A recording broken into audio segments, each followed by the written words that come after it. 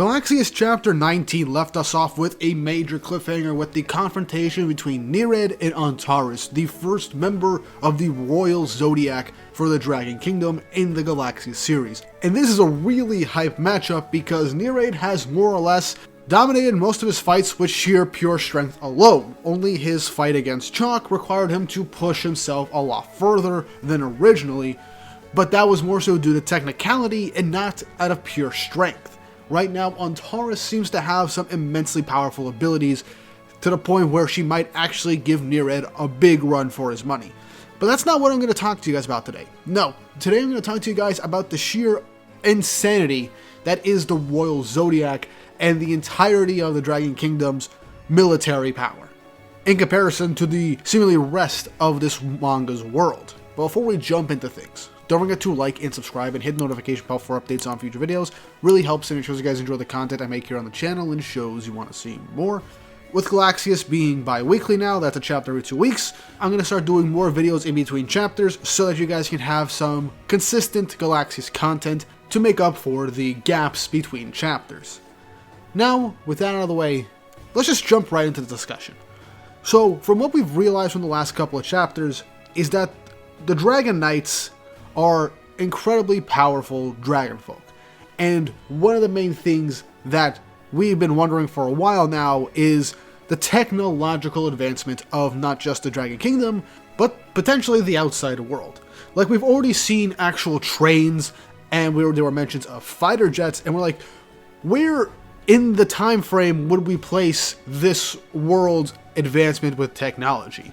And from what we can tell, it's relatively advanced, because with Chapter 17 and 18, we end up learning so much more about the world of GALAXIAS.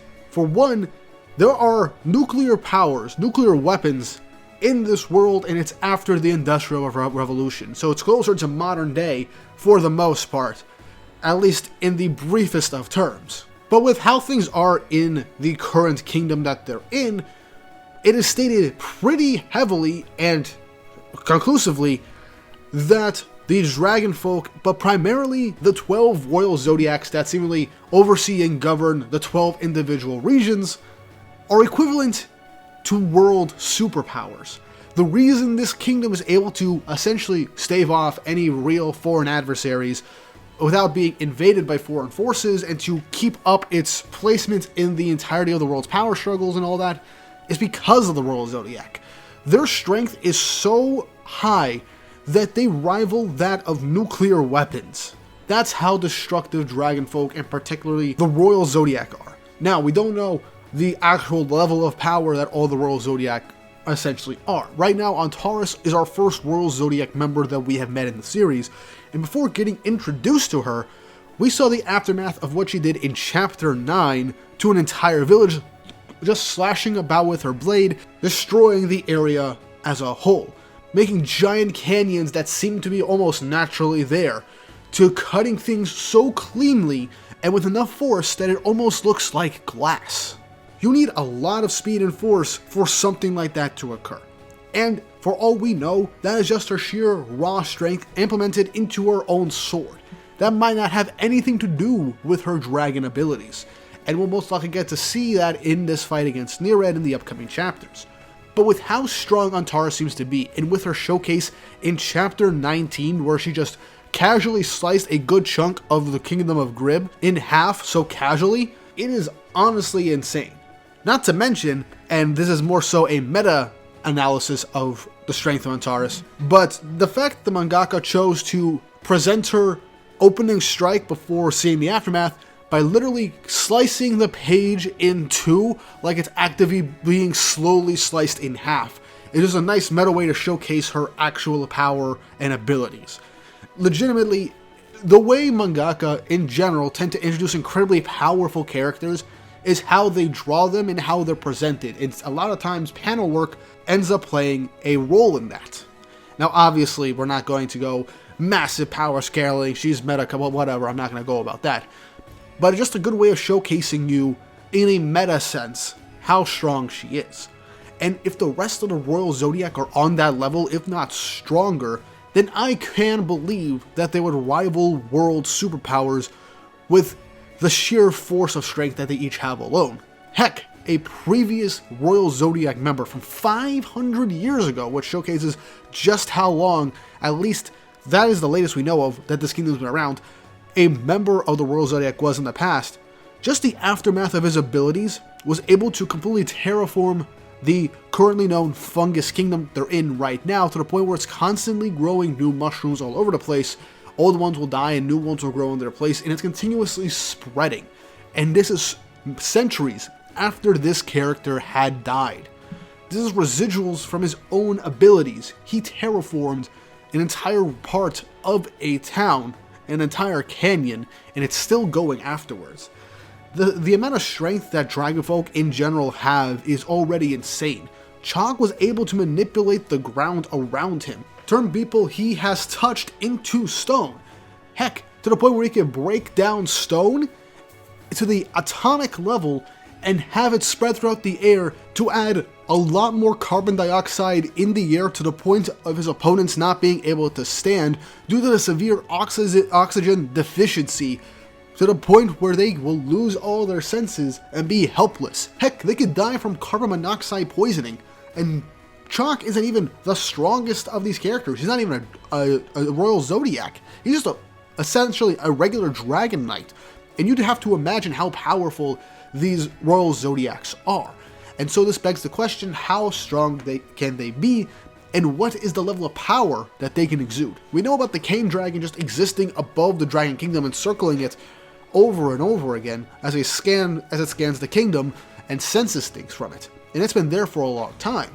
What level of power would that have? What are the other Royal Zodiac members like? Because if one regular Dragon Knight is basically the equivalent to regular chemical warfare for the most part, you can imagine how powerful the true Zodiacs are. As based off of the comparison, they could be equivalent to nuclear weapons in this universe. And that is insane. And one thing I would love, absolutely love to see, is the Royal Zodiac, or dragonfolks in general, fighting the other countries in the world and their military powers, to see just how strong they are in comparison, to the point where having a relatively global stalemate so that nobody can interfere and even invade their kingdom. It is a vastly amazing way of world building to showcase just how advanced the world outside is in comparison to the Dragon Kingdom, from what we can tell, and the literal superpowers that these dragonfolk have that can stave them off. The possibilities are endless, and with how we've seen multiple different varieties of abilities for each of these dragonfolk, I really do want to see the higher level of power that they can exude. And I can't wait to see just the sheer chaos and destruction that neraid and Antares' fight is going to end up creating from their clash. It's going to be insane. And whatever other Royal Zodiacs we meet along the way, I would love to see just how powerful they are in comparison to each other and all their different abilities. Because the world building for GALAXIAS has already been incredible, and just knowing the difference between it and other world superpowers is the icing on the cake.